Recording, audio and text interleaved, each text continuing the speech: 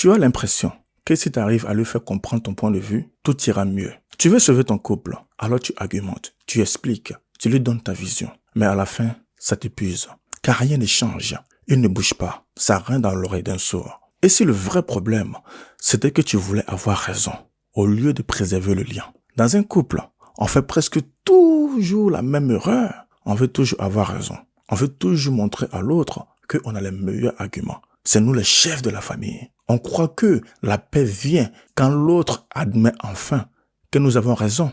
Mais qu'est-ce qui se passe? C'est notre petite moi, notre petit ego là, qui cherche forcément à avoir raison. Et qu'est-ce qui se passe? On gagne cette bataille, mais celui qui est en face de nous est frustré, est blessé, parce que nous l'avons blessé dans son amour propre. Alors si tu es nouveau ici, bienvenue sur ma chaîne, je suis Danny Koné. Coach de vie, j'aide le couple à transformer les disputes en moments de connexion. Si ce sujet te parle, tu t'abonnes. Pourquoi j'explique tellement bien ce phénomène? Parce que moi-même, j'étais quelqu'un qui voulait toujours gagner un débat face à ma conjointe. Et qu'est-ce qui se passait? Elle se renfermait, on perdait cette connexion progressivement. Vous savez, cette connexion que nous avons tous au début de la relation. Je me rappelle d'un jour, c'était une dispute débile entre moi et ma femme sur l'éducation de notre enfant.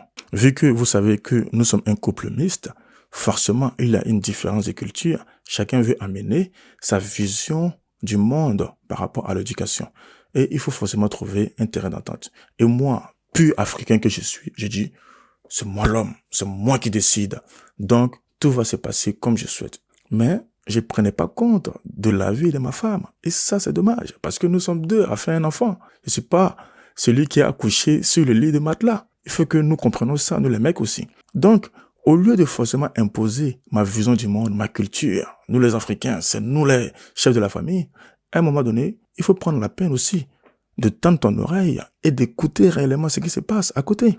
Et j'étais comme ça à chaque conflit avec ma conjointe. Et un jour, elle m'a dit, tu as peut-être raison sur certains sujets. Je suis entièrement d'accord avec toi. Mais j'en peux plus de me justifier à chaque fois si je dois donner mon avis, si je dois te parler de ce qui est important pour moi. Et le fait qu'elle a validé mes émotions, j'ai compris automatiquement que nous ne sommes pas en mode démonstration de qui a raison, qui a tort. Mais elle cherchait simplement que nous créions une connexion entre nous pour avancer plus sereinement pour le bien-être de notre famille. Alors la question que je te pose, quels sont les moments de tension qui éclatent entre vous? Est-ce que tu cherches à avoir forcément raison ou est-ce que tu cherches à avoir une bonne connexion entre vous? Parce que je suis convaincu d'une chose, même dans les conflits les plus terribles, nous pouvons trouver un moment où nous pouvons nous attendre et cela peut se transformer en opportunité de connexion dans notre couple. Vouloir avoir toujours raison, parfois, c'est souvent une tentative de sécurité. Parce que la plupart d'entre nous, on voudrait simplement qu'une personne valide notre ressentiment, valide nos émotions. Nous sommes dans une dépendance de validation la plupart du temps. Mais quand deux égos veulent gagner une bataille, je peux vous assurer que ça peut être une guerre mondiale. Parce que au grand jamais, l'autre va essayer d'admettre qu'il a tort parfois. Et c'est ce que nous voyons généralement dans les relations de couple. Mais la vérité est que la plupart d'entre nous, on ne cherche pas forcément à avoir raison.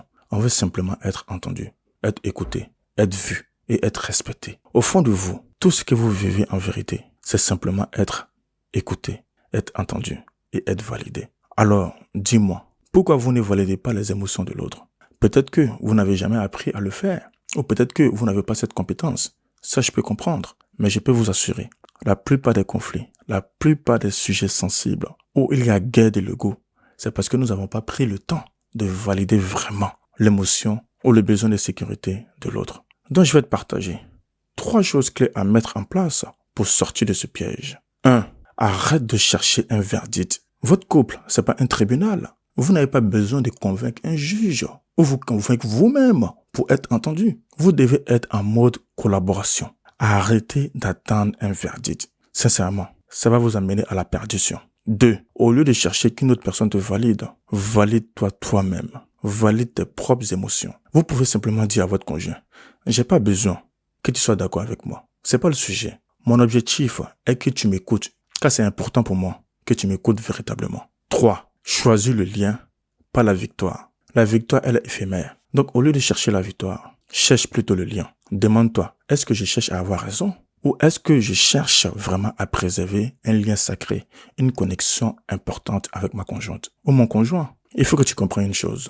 Tu ne sauves pas ton couple en ayant raison. Tu le sauves en ouvrant un espace où chacun peut s'exprimer, où chacun peut exister. En toute sincérité, le jour où j'ai arrêté de chercher à convaincre, notre couple est passé à un autre niveau. Et c'est ce jour-là aussi que j'ai commencé à être vraiment écouté par ma femme. Parce que j'ai fait le pas aussi de l'écouter. Donc le moi-je qui t'empêche vraiment de créer un espace de sécurité, d'écoute, laisse-le dans un sac et préserve le lien qui est plus important que d'avoir raison.